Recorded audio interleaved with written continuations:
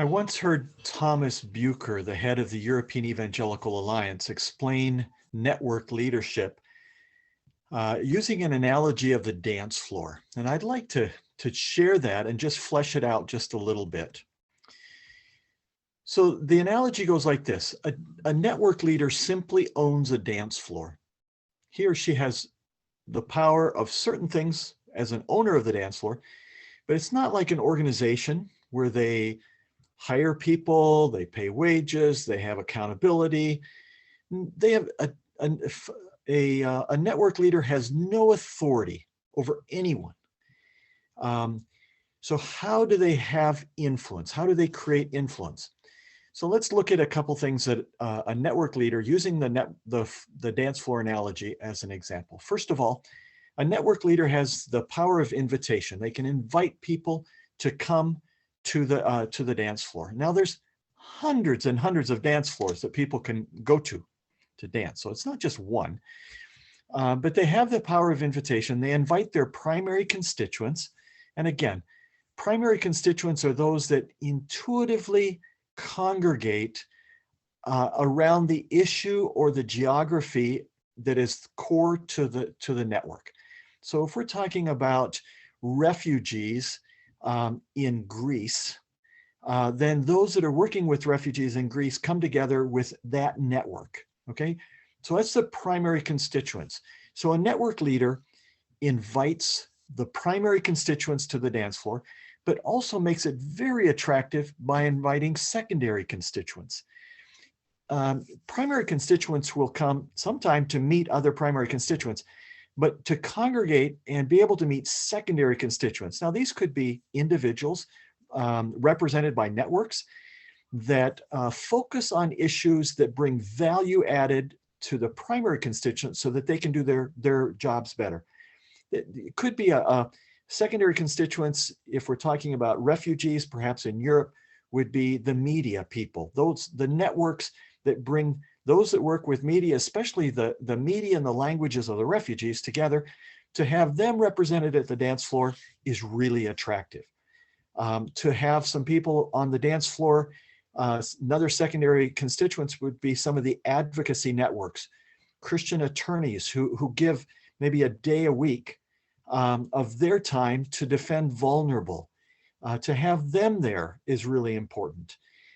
Evangelical Alliance representations, representing the churches of the different countries across Europe, for them to be present. That's really attractive to the ones trying to do ministry with refugees, to have those relationships.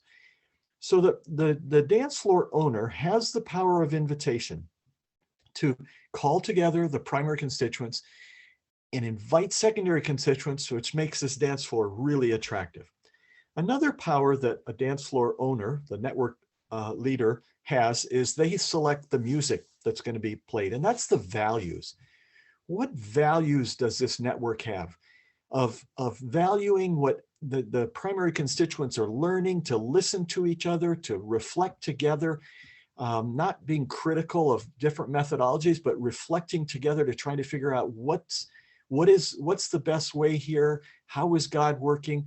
The selection of the values that the network leader controls that music. They also have a spotlight. They can put the spotlight, direct that spotlight on people who dance really well. These would be primary constituents who are doing their job really well. And the purpose of that is to highlight what is excellent. Oftentimes, for those who aren't doing it very well, for them to be able to see that here's an example of someone who's really doing it well. So that's the use of the spotlight. They also have a microphone.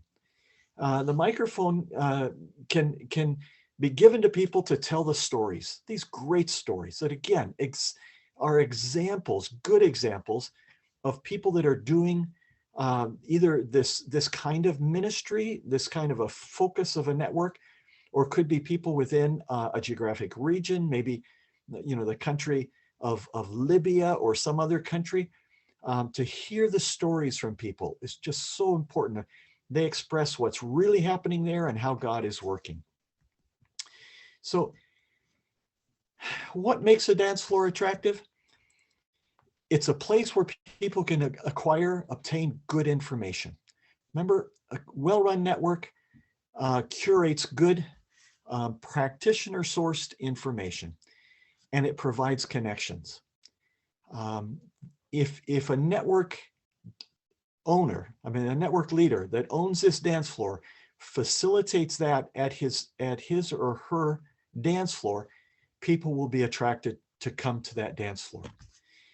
It's also worth mentioning that people don't go to the dance floor or to the network to watch the owner dance.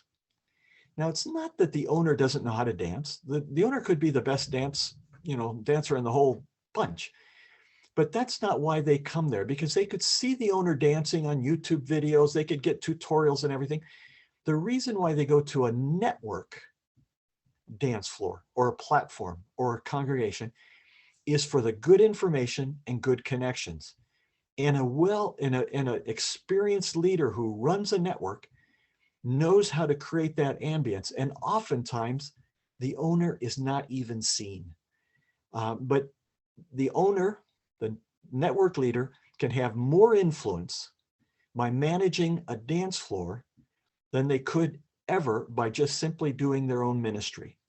So again, people don't go to the dance floor to hear the opinion, the teaching, the expressions of whatever from the dance floor or the network leader, but rather to meet, get information, and good connections.